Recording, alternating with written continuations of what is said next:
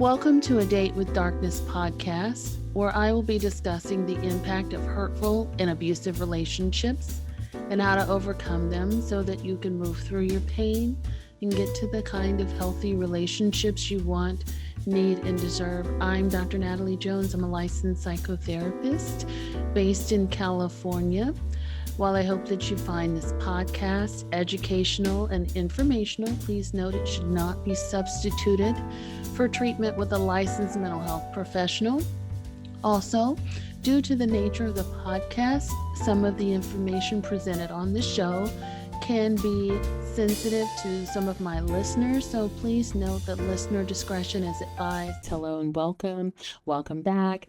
And again, for those of you who are just joining, I will be live streaming this episode of the podcast on TikTok, so I'm trying something new because I haven't done a live on TikTok, so I'm curious to see how this is going to go. So for today's episode of the podcast, I definitely wanted to talk about a topic that I've been thinking about for a while, which is narcissists and funerals, and how, narcissistic people either show up at the funerals, how they handle grief, and so on and so forth. And so I'm hoping that you guys will find this useful. So let's start with number one. I've dealt with this a lot in families where the entire family is narcissistic in my counseling practice.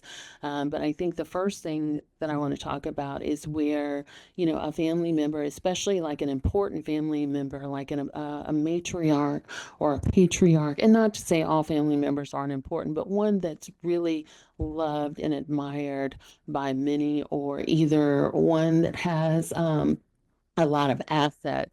When that person dies, they want to keep the death a secret. They want to keep the details about the funeral or the reading of the will. Keep all of those things secret from you, or withhold that from the family so that no one knows what's really going on. And I've even heard of situations where family members aren't even informed of where the burial plot is. And so there was a famous case of a famous radio DJ, and I won't mention the name out of respect, but a famous radio DJ that had been DJing for a long time. He had gotten remarried and apparently had fallen ill. And so the woman that he married did not like his children. And so when he got sick, she immediately, and they weren't even married that long from my recollection, if my memory serves me correctly.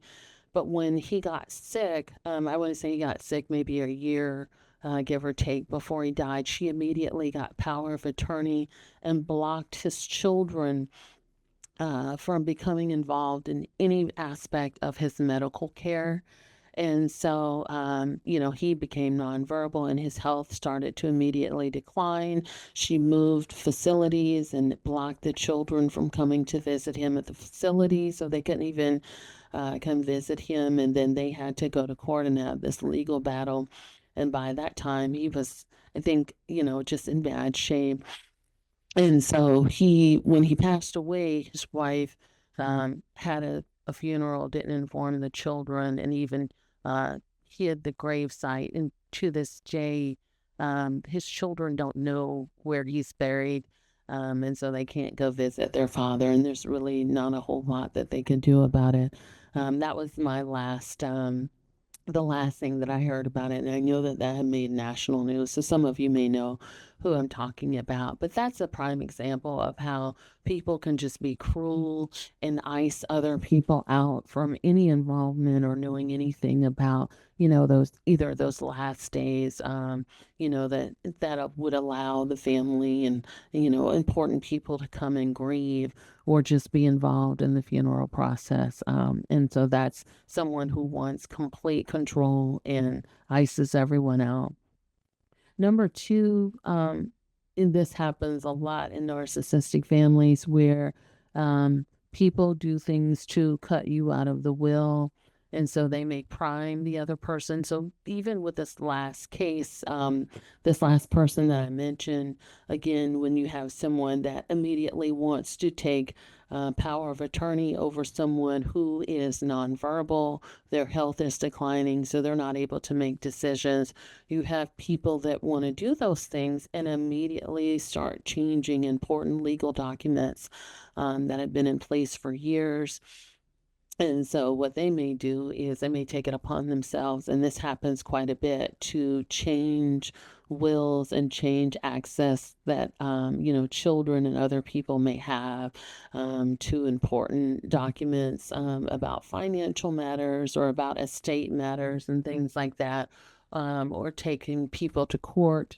So that it takes them forever to get things like this. There's an actress where this happened to that was it was again another thing that made like headlines, where her stepmother came in and married her billionaire father, and changed things around and had her pretty much cut out, and so that she got essentially almost nothing from her father's will.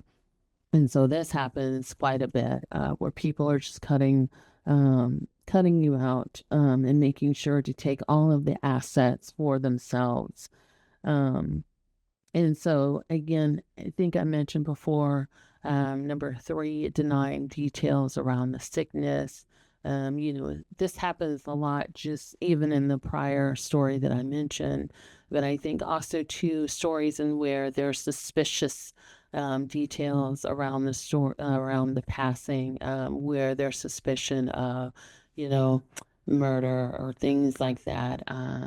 And something isn't sitting quite right. So I'm sure if you've watched any forensic shows, you've heard of women who are black widows, or, people that are con men and sort of seek out those who are ailing in in their health or declining in their age or things like that. They want to take advantage of someone who's vulnerable and sort of expedite the process. So that is something too that also happens quite a bit, where they deny details or they try to hide things by becoming power of attorney, or just not mentioning things, and not calling and alerting family members. So, I think that's another thing that happens.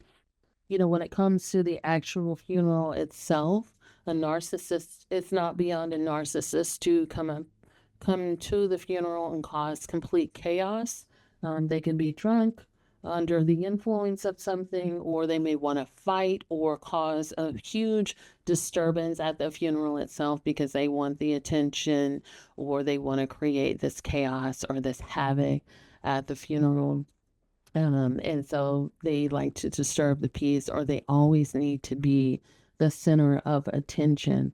And so number five, I think they want to embarrass you at the services. So they may say, they may make it a point to make a spectacle out of you by saying that you caused the death, or, they may intentionally ignore you or have you escorted out of the funeral service, or they may have you sit at the back and not acknowledged as a family member. Whatever the case may be, the intention behind it is they want to embarrass you at that event.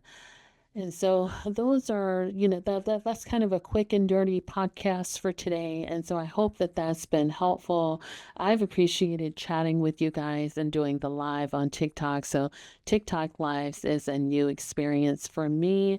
And I'll give it a couple seconds just in case you guys have questions for me. If not, I'm going to end that live. Okay.